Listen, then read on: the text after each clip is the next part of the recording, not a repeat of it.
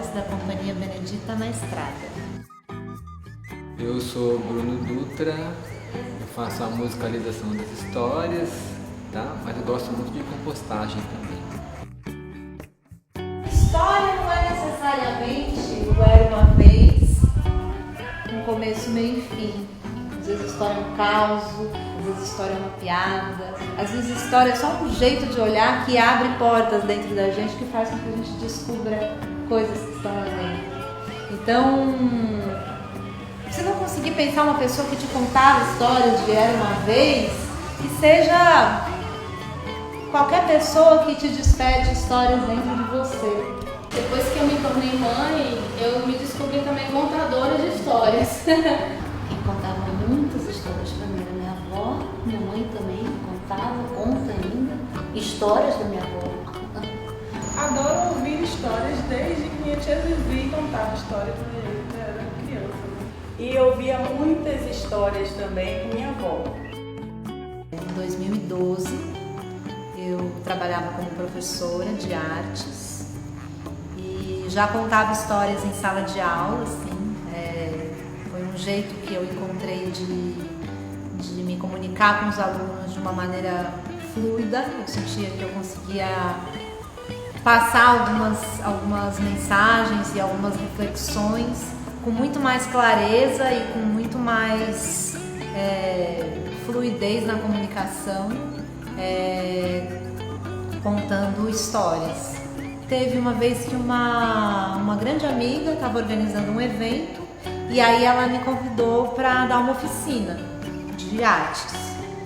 E aí eu falei que eu ia, mas que eu não queria dar uma oficina, eu queria contar uma história.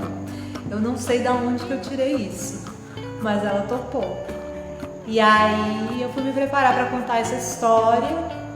E assim, mais pra frente, depois de já ter combinado tudo, fechado, que sim, que eu iria contar a história no evento, coisa e tal, aí que ela foi me dizer que o evento era para adolescentes e que seriam 120 adolescentes a me escutar.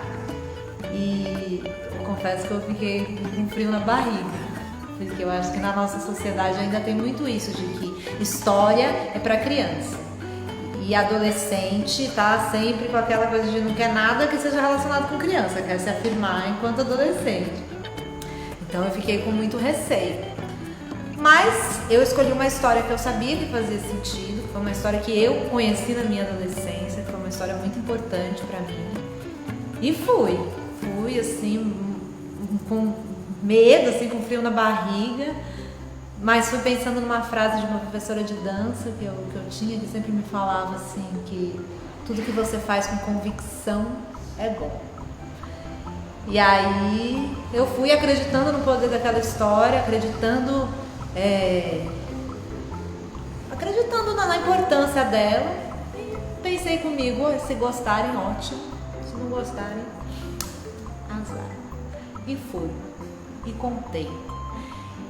E no que eu contei, assim, que no meio daquilo, assim, que eu conseguia sustentar silêncios, que aqueles adolescentes estavam todos comigo, me escutando, e que a gente estava juntos naquela história, aquilo foi muito, muito mágico pra mim, assim, muito...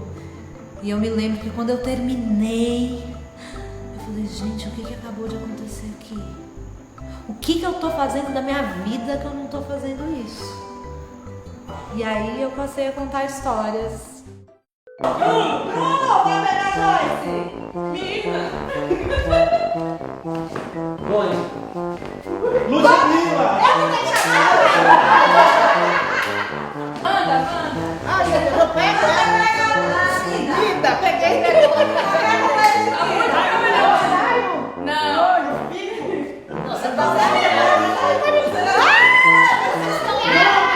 O jeito que a gente aprende mesmo a contar história é contando história. E ali naquele canto da sala, a gente tem um monte de objetos. São objetos diversos. E vocês podem escolher os objetos que vocês quiserem, para simbolizar momentos da vida de vocês.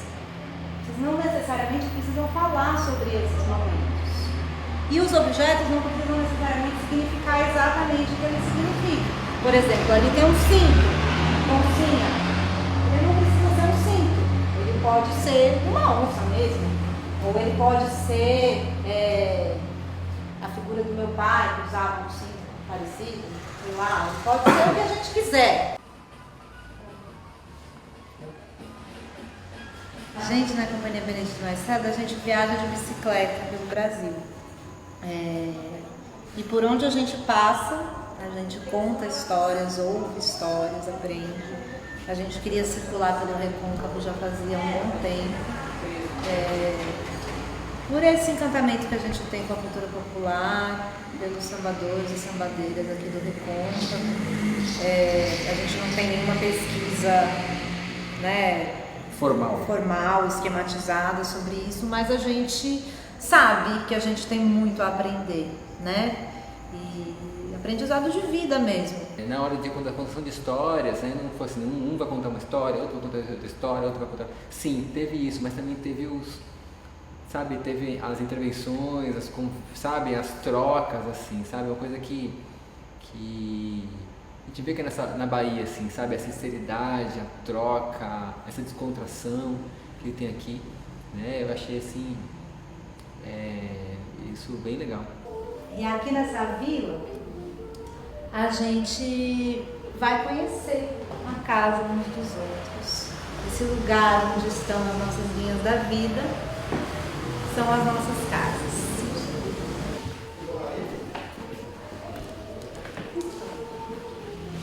Minha casa é uma casa do tempo. Então, todos os lugares que vocês passarem que vê uma bandeira branca, significa que tempo mora ali. E aí, nada na minha vida vai acontecer se não for em função do tempo. Inclusive, uma das coisas que começou a acontecer comigo muitos tempos pra cá foi o surgimento da poesia. Quando vejo indo, ouvindo, sei exatamente onde devo estar. Quando a folha vira e a roda gira, sei que o tempo vai passar. Tem tempo para tudo, não acelera. A seu tempo, o tempo espera, no entanto não para. Minha sorte entreguei a tempo. E já faz tempo que eu sei que o que é pro meu bem fica, o que não é, com o tempo apartarei.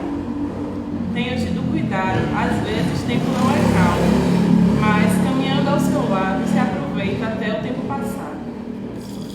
Eu estou construindo uma casa de cura e quem me conhecer é tipo isso, eu tento levar um pouco de bem, sabe? Eu não sei explicar muito, mas eu acho que dá para entender. Aqui eu quis representar pelo menos um arco-íris, porque eu sempre penso que depois da chuva, a maioria das vezes sempre vem um arco-íris. Aqui foi quando a gente resolveu viajar e também quando a gente passou a viajar de bicicleta, né, que levou ao trabalho que eu faço de contação de histórias. E aqui quer dizer o meu tempo de agora, colorido também, com lápis de cor, que são o meu ministério hoje em dia. O jeito que eu trabalho para criança, bem colorido, bem bonito, e é assim que eu me vejo hoje. Então a gente trabalha também com economia solidária, né? Então, enquanto a gente está viajando. Então a gente não fica em hotel, assim, essas coisas, por dois motivos principais, né? Um, porque não teria condição financeira para isso. E dois, porque a gente gosta de estar perto das pessoas, a gente gosta de uma relação mais próxima. Esse contato com a UFRB, então, foi uma dessas redes que foi estabelecida. Me corrija se eu estiver errado. Não, você viu aonde? Não, a UFRB eu resolvi entrar em contato... Pelo contato na internet, né? Você viu? Eu falei, massa, a universidade no Recôncavo, eu sei que é uma universidade aberta para esse tipo de troca.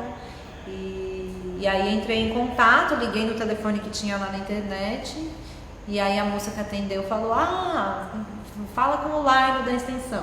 E aí pronto, falei, e chegamos até aqui. E eu achei a oficina muito, muito proveitosa, assim, as pessoas bem abertas, né, para troca, para os exercícios. Acho que essa oficina, ela é uma oficina muito ao mesmo tempo que ela tem, né, momentos de descontração, mas ela é uma oficina muito íntima, né? Ela traz coisas muito pessoais, muito próprias. Então, ela é uma oficina que requer um acolhimento, né? E eu achei o grupo acolhedor, né? Pessoas que têm uma escuta e que têm um respeito pela fala do outro. Quando eu bater mais forte, a gente vai pular, dar um grito, fazer uma careta. Essa careta vai expandir pro corpo. E com esse corpo de careta, a gente vai caminhando até formar um círculo.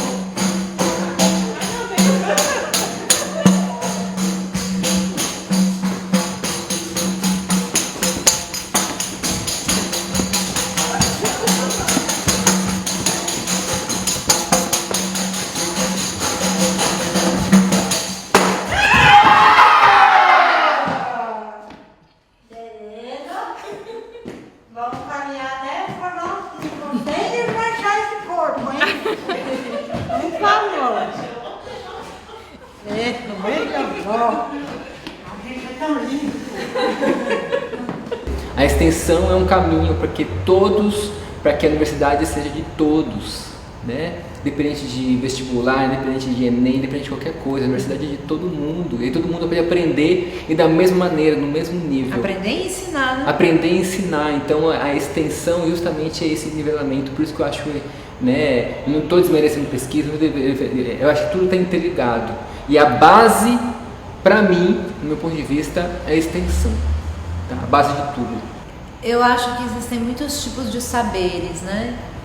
Eu acho que para vocês que estão aqui no Recôncavo, essa percepção talvez seja bem clara, assim, que existem muitos saberes que estão para além dos saberes acadêmicos, né? E eu acho que a extensão, ela é uma possibilidade de trazer esses saberes que não são acadêmicos para dentro da universidade e honrar esses saberes, né? Dar o espaço que eles merecem, assim, não que fora da universidade eles não estejam sendo honrados, mas eu acho que o saber não acadêmico, ele tem muito a contribuir, né, com o saber acadêmico e com a vida, e com a sabedoria de vida, e com um lugar de troca humana, né? E a universidade é importante em todos os setores, né? Em todos os setores, e a extensão entra nesse sentido também, né, de interligar todos os setores da universidade, né?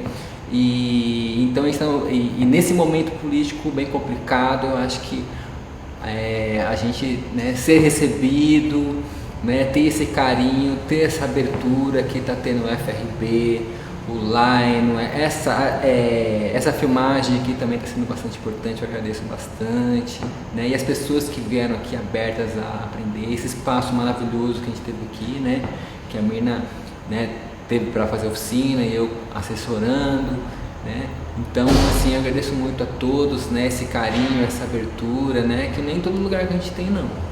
Mas a história que eu vou contar não tem muito a ver com aqui não, mais ou menos porque aconteceu aqui. Eu tenho um filho de coração que se chama Pedrinho. Pedrinho tem síndrome de Asperger, que eu acho que é aquele nível mais autismo, né? E aí quando ele vem passar as férias comigo sempre, fica sempre comigo aqui. E ele vem passar uma dessas férias, eu estava estudando. E aí eu trazia ele, né, pra cá, e ele adorava vir pra cá. Aí ele dizia assim, eu digo, ô Pedrinho, você quer ficar em casa, você ir comigo? Minha tia, eu quero ir pra diversidade. Aí eu dizia, Pedrinho, não é diversidade, é universidade. Aí a gente vivia andando. Aí outro dia, eu queria ir pra diversidade. Aí a gente veio andando, então chegou no caminho, aí ele fez assim, eu adoro a diversidade. Eu digo, Pedrinho, não é diversidade, é universidade. Eu sei, é a união da diversidade. Oh, que